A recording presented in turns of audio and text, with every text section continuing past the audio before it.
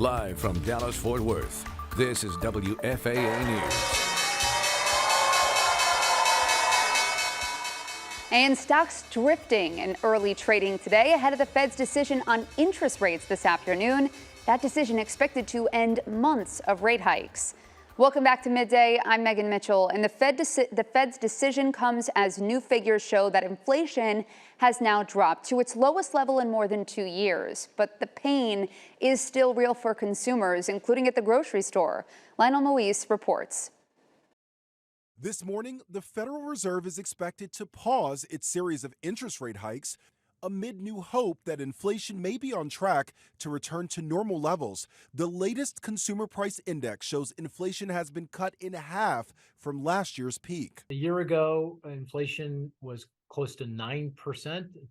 In the month of May, we're back down to 4%. Still too high, but clearly moving in the right direction. While trending lower, inflation is still at double the target set by the Federal Reserve. The big question, though, if the Fed does pause in raising interest rates, will we at home even feel a difference? No, because this is already embedded in interest rates in the stock market. Economists say it will take some time to feel the impact. Some positive signs in the latest report: airfare is down 13% in the last year, and gas prices down nearly 20%. People are paying $3.50 for a gallon of regular unleaded.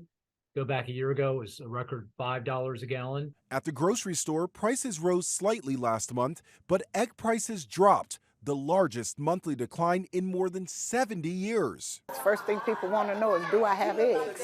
While many focus on food prices, it's housing costs that remain the biggest contributor to inflation, although there are signs that rents are finally coming down. If things go on the trend that they're going, when can we expect that inflation will be back to normal levels?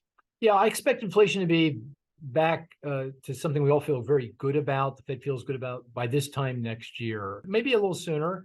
Economists say now is the time to be a smart shopper. They say when consumers balk at high prices, businesses sometimes listen. Lionel Moise, ABC News, New York. Even with inflation slowing down, North Texans are still paying more for housing, as you just heard there, and food. Our partners at the Dallas Business Journal say prices for renters in DFW rose 9.1% in the past year. Prices for homeowners are up 9.5%. Food prices are also up 8.2% over a year ago in DFW, with the cost of dining out rising faster than home cooking.